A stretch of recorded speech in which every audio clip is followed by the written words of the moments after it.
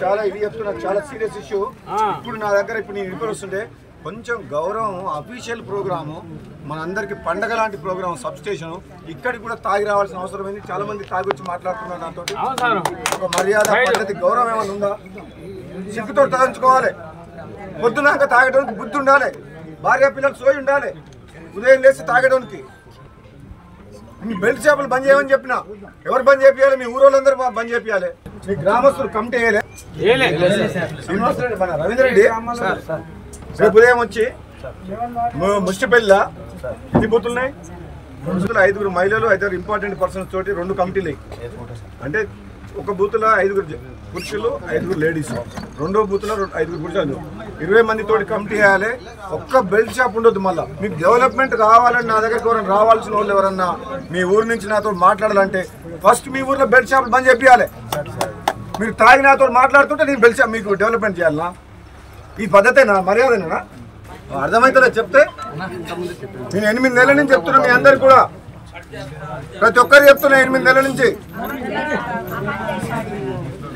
ఎన్నో రోజుల నుంచి చెప్తున్నా. ఉదయం చేసి సీఏ గారు మీరు పొద్దున క్యాంప్ వేయండి. మళ్ళీ కొన్ని షాపులు లేదు అంజయ్. మళ్ళీ సార్ నువ్వు నాకు ఫోన్ చేస్తా, నీకు ఫోన్ అయితే నేను. మీరు తాగొద్దని అంటలేను, మద్యపాన నిషేధం అంటలేను. బెల్ట్ షాపులు బంద్ చేయండి. ఉదయం 5 గంటలకు, 6 గంటలకు, 7 గంటలకు మొదలు పెడుతున్నారు. పొద్దున్నాక తాగి ఎన్నో కుటుంబాలు నాశనం అవుతున్నాయి. ఎంతో మంది పిల్లలు ఏడుస్తున్నారు, తల్లిదండ్రులు ఏడుస్తున్నారు, భార్యలు ఏడుస్తున్నారు. కొందరైతే పోయి డైరెక్ట్ కొడుతున్నారు, భార్యను కొడుతున్నారు, పిల్లల్ని కొడుతున్నారు, తల్లిదండ్రులను కొడుతున్నారు. మీకు అర్థం ఉండాలి, సోయి ఉండాలి. చెప్తుండే ఎన్నిసార్లు మేము ఇంత మంచి కార్యక్రమం చేస్తున్నాం, ఇక్కడ తాగి వచ్చి మాట్లాడుతున్నారు. ఇది ఎంత మంచి కార్యక్రమం! ఇది రైతుల కోసం, ఇళ్ళల కోసం, పేదల కోసం ఇంత పెద్ద ప్రోగ్రాం 2 నెలలు ఎంబడి చేపించిన నేను ఫోన్ చేసి అధికారులు వెంటబడ్డాం. రికార్డ్ టైంలో కంప్లీట్ చేసినాం. ఒక పండుగ వాతావరణం, పని చాలా ఫాస్ట్ అయింది సార్. పై అధికారులతో మాట్లాడి రాత్రి మగలు నిమిషం ఖాళీగా లేకుండా మీ పనులు చేపిస్తున్నాం. కనీసం మీరు ఒక మాట ఊర్లో వాతావరణం మంచిగా పెడతారా లేదా? సభ్య సమాజం తల వంచుకునేటట్టు పొద్దున్నాక ఎక్కడ పడితే అక్కడ ఏది మాట్లాడుతున్నారో తెలుస్తలేదు. ఎంతమంది భార్య పిల్లలు ఏడుస్తున్నారు.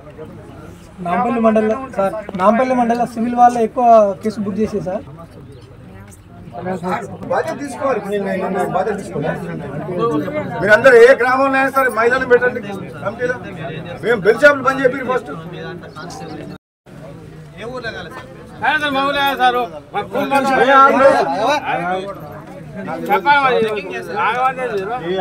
చాలా ఇది చెప్తున్నా, చాలా సీరియస్ ఇష్యూ.